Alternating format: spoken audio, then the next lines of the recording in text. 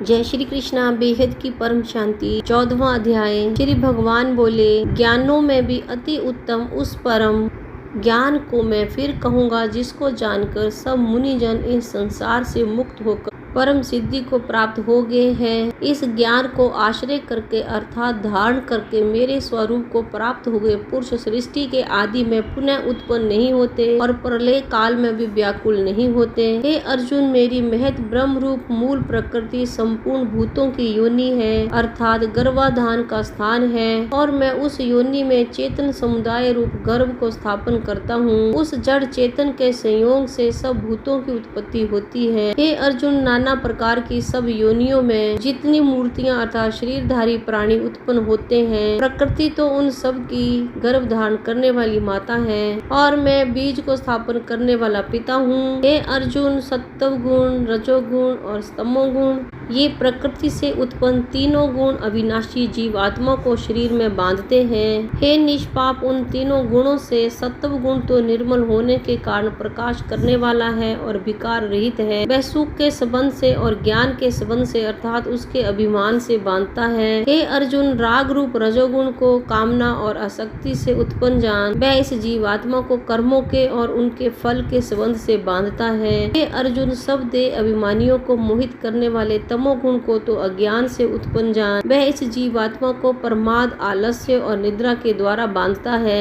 हे अर्जुन, सत्व गुण सुख में लगाता है और रजोगुण कर्म में तथा तमोगुण तो ज्ञान को ढककर प्रमाद में भी लगाता है। हे अर्जुन, रजोगुण और तमोगुण को दबाकर सत्व गुण और तमोगुण को दबाकर रजोगुण, वैसे ही सत्व गुण और रजोगुण को दबाकर तमोगुण होता है अर्थात बढ़ता है। जिसमें इस देह में तथा अंतःकरण और इंद्रियों में चेतनता और विवेक शक्ति उत्पन्न होती है, उस समय ऐसा जानना चाहिए कि सत्व गुण बड़ा है। हे अर्जुन, रजोगुण के बढ़ने पर लोभ प्रवृत्ति, स्वार्थ बुद्धि से, कर्मों का सकाम भाव से आरंभ, अशांति और विषय भोगों की लालसा से ये सब उत्पन्न होते हैं। हे अर्जुन, तमोगुण के बढ़ने पर अंतःकरण और इंद्रियों में अप्रकाश, कर्तव्य कर्मों में अप्रवृत्ति और प्रमाद अर्थात व्यर्थ चेष्टा और निद्रा आदि अंतःकरण की मोहिनी वृत्तियां ये सब ही उत्पन्न होते हैं। जब ये मनुष्य सत्व गुण की वृद्धि में मृत्यु को प्राप्त होता है, तब तो उत्तम कर्म करने वालों के निर्मल दिव्य स्वर्ग आदि लोकों को प्राप्त होता है। रजोगुण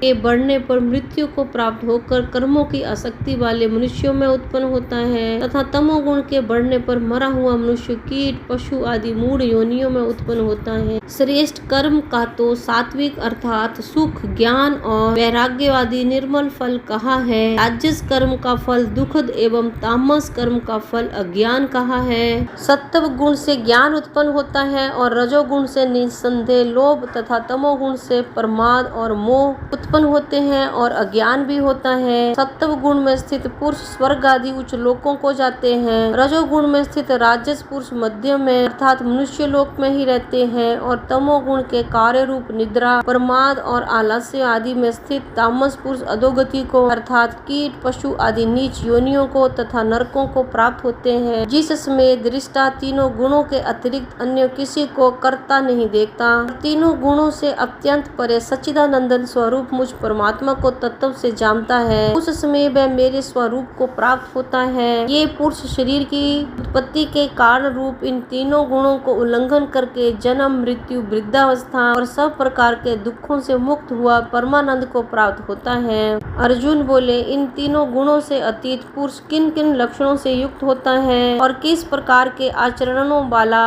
होता है तथा हे प्रभु, मनुष्य किस उपाय से इन तीनों गुणों से अतीत होता है। श्री भगवान बोले, हे अर्जुन, जो पुरुष सत्व गुण के कार्य रूप प्रकाश को और रजोगुण के कार्य रूप प्रवृत्ति को तथा तमोगुण के कार्य रूप मोह को वी ना तो प्रवृत्त होने पर उनसे द्वेष करता है और ना निवृत्त होने पर उनकी आकांक्षा करता है, जो साक्षी के सदृश स्थित हुआ गुणों के द्वारा विचलित नहीं किया जा सकता और गुण ही गुणों में बरतते हैं, ऐसा समझता हुआ जो सच्चिदानंदन परमात्मा में एक ही भाव से स्थित रहता है एवं उस स्थिति से कभी विचलित नहीं होता, जो निरंतर आत्म भाव में स्थित, दुख सुख को समान समझने वाला, मिट्टी, पत्थर और स्वर्ण में समान भाव वाला, ज्ञान ज्ञानी प्रिय तथा अप्रिय को एक सा मानने वाला और अपनी निंदा स्तुति में भी समान भाव वाला है, जो मान और अपमान में सम है, मित्र और बैरी के पक्ष में भी सम है एवं संपूर्ण आरंभों में भी कर्तापन के अभिमान से रहित है, वह पुरुष गुणातीत कहा जाता है। और जो पुरुष अव्यभिचारी भक्ति योग के द्वारा मुझको निरंतर भजता है, वह भी